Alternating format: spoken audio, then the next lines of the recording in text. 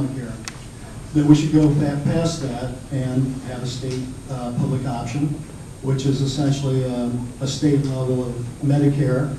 It's an insurance, we pay into it, and then it takes care of things at a much lower overhead with no profit consideration. I think it would beat the heck out of the private insurance companies. So that's one thing, and that's one big difference that kind of illustrates the difference between myself and Republican incumbents. Beyond that, we need, for revenue side of it, we've got to go to a couple of things, one of which is a capital gains tax in this state.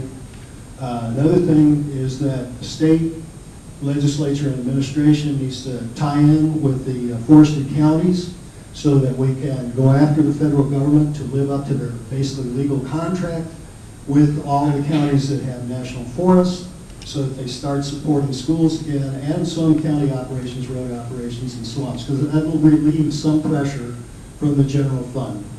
So the upshot of it is, I agree with almost everything that came up on that presentation.